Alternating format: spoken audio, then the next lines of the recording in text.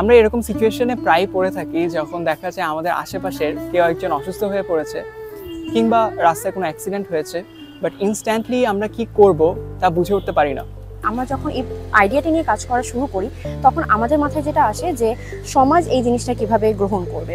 এই আইডিয়াটা নিয়ে আমরা কাজ করতে করতে আমরা আমাদের প্রথম ইভেন্টটা লঞ্চ করি হচ্ছে কি ব্র্যাক ইউনিভার্সিটিতে। ওই দিনের পর থেকে আমরা বুঝতে পারি যে হ্যাঁ, সমাজে বা সমাজের মানুষের মধ্যে ওই ইচ্ছেটা আছে যে তারা জানতে চায় যে কিভাবে প্রাথমিক চিকিৎসা দিতে হয়।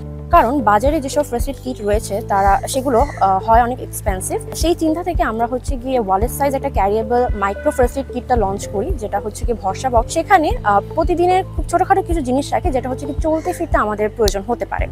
ভরসা ফার্স্ট এড কিট আমরা এরকমভাবে ডিজাইন করেছি যেন মানুষজন promptly and effectively first aid ম্যাটেরিয়ালসগুলো ইউজ করতে পারে। মূলত আমরা চাচ্ছি যে আন্ডার প্রিভিলেজ বাচ্চাদের এবং স্কুল বাচ্চাদের নিয়ে কাজ করতে।